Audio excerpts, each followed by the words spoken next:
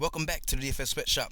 I am your host, the DFS Jerusalem, and you can follow me on Twitter at DFS Jerusalem, bringing to you today our Core 4 strategy, our Core 4 plays for November the 21st on the NBA DraftKings main slate.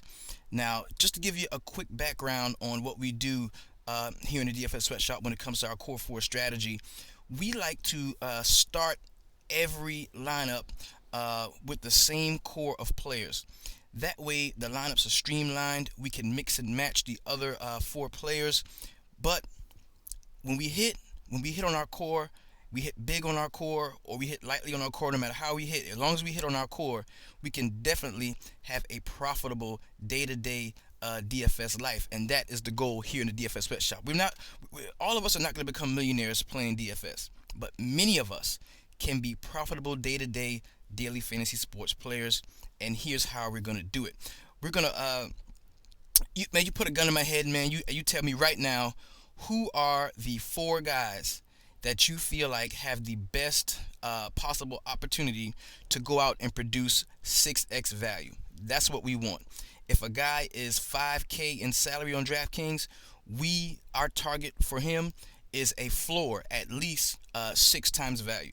So guys, 5K, I want 30 points from this guy, and so on and so forth with the other three players. So a lot of things factor into my core 4: home, road splits, how well a player is going to perform in the matchup, previous matchups with the particular team and players he's going to be going against.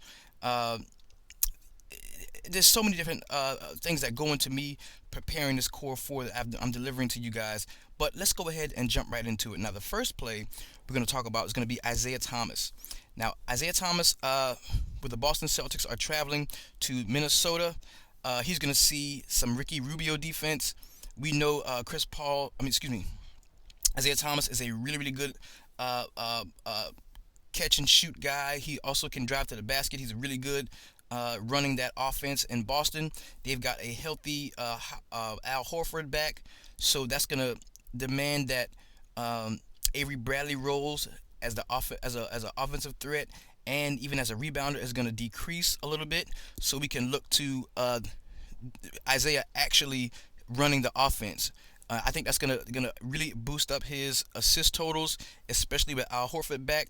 I think he's more in line for a double-double on tonight, where recently he's just been scoring a lot of points and maybe getting a few assists here and there. I think that at 7.9K, he is a tremendous value. He's averaging about 42 DraftKings points over the last 4 games, and I really think that we see a great game from Isaiah Thomas tonight. The next player we're going to talk about is going to be Kentavious Caldwell-Pope. Now, he's coming in at 5.3K, so to meet value, we're going to need north of 30 DraftKings points from him. Now, in a very plus matchup against the Houston Rockets, who suck at guarding the perimeter, someone has to pick up the scoring on the Detroit side, and I think it can be KCP. When he's shooting hot, he is lights out. So I'm taking a chance, but I really like the matchup he has today. He is averaging about 23 points over his last 4 games, so that's a really nice floor for a guy that not a lot of people are going to be on.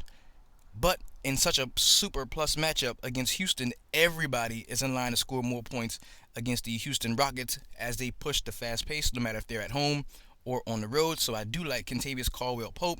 He will also be in the core 4. The next guy we're going to talk about is going right back to that Boston game. Now, if you've paid attention to the show throughout the beginning of the season, you know that there's a few things I like to target, and very seldomly I get all of these items on the same slate.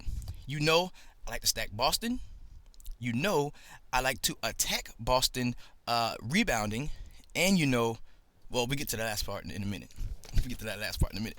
So to attack, there's 2 ways that we can attack Boston on the rebounding level.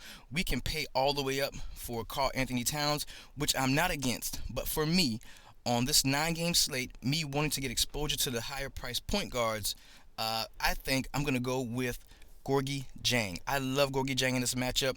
We're going to see Al Horford matched up a lot of the time with Karl Anthony Towns. So who is going to be covering Gorgui Dieng, who we know is not only a awesome rebounder, but he's actually a pretty decent offensive threat. He's going to see some Amir Johnson. I love Gorgui Dieng at that 5.8 salary. If he goes out and get a double-double like I project, he's going to easily meet and exceed value. He's averaging 26 over the last 4 games. I really think Gorgui Dieng at 5.8K is a steal. The last guy in my core four, this guy I'm going to have in probably about 80% of my lineups. He is a spectacular player, a really good point guard, and he has the home advantage that a lot of players dream about. They love this guy where he plays, and it's none other than Kemba Walker, coming in at 8.2K. He is 300 more than Isaiah Thomas, but an awesome value still. This dude's price is just not going to go up. DraftKings has just decided to let us keep eating and stealing every time Kemba Walker plays at home. So he's averaging about 43 points over the last 4 games. This is and see the beautiful thing about this is a lot of folks, they know that Kemba Walker is great at home, but when they see him matched up against the Memphis Grizzlies, they're not going to want a part of it. They're going to stay away from it because they're going to think the slow pace and it's not going to be enough for him to go ahead and meet the value that he's been meeting. But I beg to differ. In the Beehive, this is a different team. This is an awesome team, and I really love Kemba Walker. So my core four today is going to be Isaiah Thomas at 7.9K, Kentavious Caldwell-Pope at 5.3K, Gorgui Dieng at 5.8, and Kemba Walker at home with the hose, 8.2. This has been your DFS Jerusalem signing off. Thank y'all and have a very profitable Monday. And remember, in the sweatshop, we always keep it 300.